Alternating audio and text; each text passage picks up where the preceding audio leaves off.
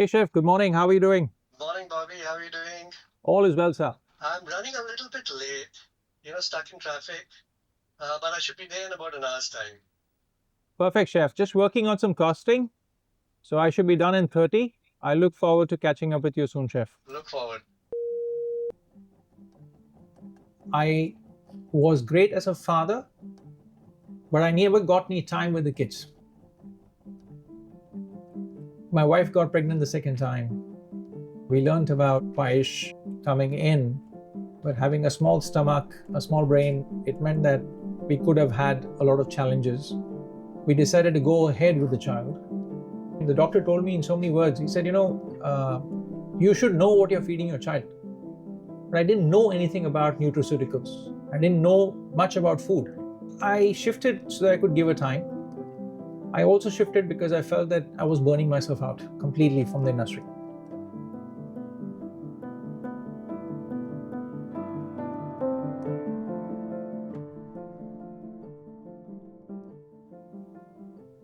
So you had such a successful career going. What made you walk away from that, start doing what you're doing now?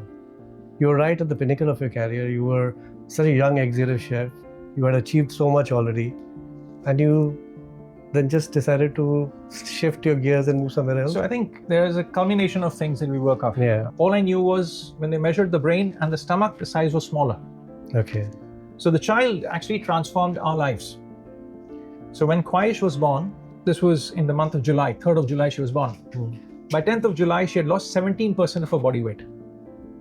A baby loses about 10%. Okay. So she had to be brought in through a C-section. And I was given a milk bottle, 2 ounces of it, to force feed. And I had to just open the seal and feed the milk. There were 31 ingredients in it. Oh. I knew one, coconut oil. I had to stop somewhere because the kitchen was what I love to do. Yeah, it draws so much out of you. 100%. It doesn't give you much time left for your family. I think the part is those 17-hour work days are a kick, right? I left the industry on August 19th. I stopped working in hotels. You just walked away? I just walked away. I mean, they gave me group executive chef. I didn't want it. They said, oversee hotels. I wasn't interested. They made me a hotel general manager. Again, it wasn't what I was comfortable doing. So I joined a food company to learn about food and ingredients. So that's where the transition happened. That's when I started understanding food very differently. My wife gave up her career. She was also a hotelier. She went about going into focusing on children with special needs. Transition happened from her perspective. She went into education, trying to say, how do you get a person who doesn't want to move? And how do you get the child to learn? And naturally, right? So it was a good learning from our side.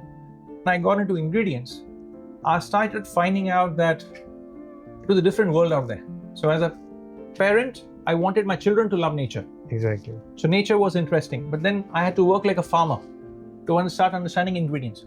There's a season for everything. Second thing I wanted to add was something called nurture. Nurture because it has to be an intrinsic part of what we do as parents. Discipline is a part of it. Limits are a part of it. Saying no is a part of it. But nurture is about nourishing your soul in some ways. So nourish becomes a third part, where you work on something that a mother does so naturally, but you are basically providing in a different format. So the only way I can nourish is through food. So nature, nurture, nourish. and nourish. And that to me is the future of food. Amazing. Yeah, very good. Aisha's experience was one learning that came in at a time of her life when I was 37 years old, right? I felt helpless. I did not know about food.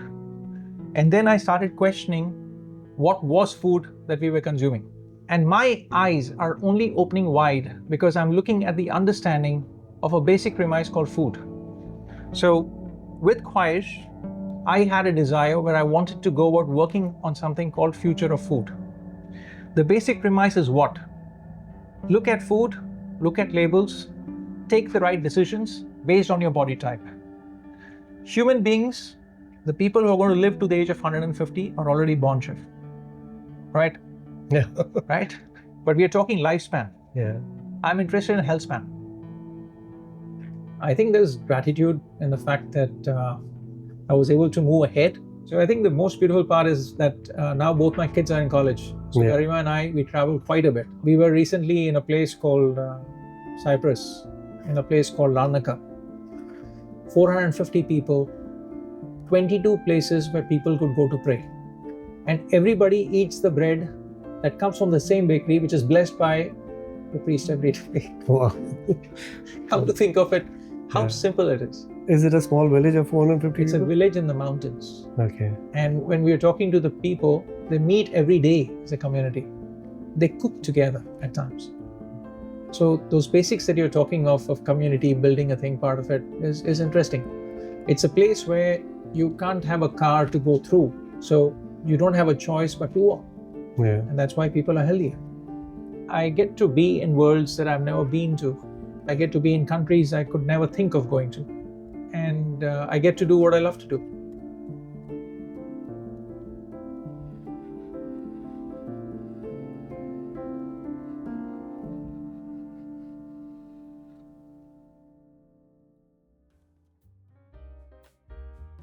Now we're done with the serious stuff.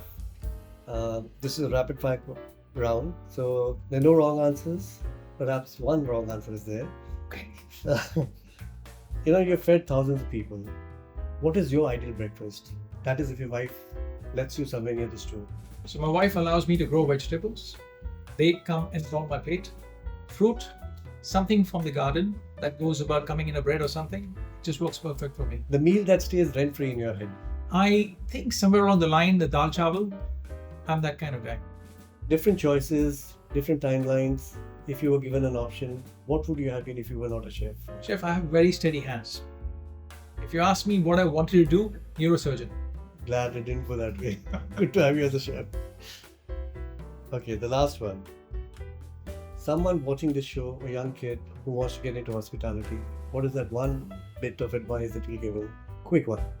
No substitute to hard work. Work your passion. Celebrate what you do. There is no easy way to get what you want. It's not the noise you create, it's the work you do. Amazing.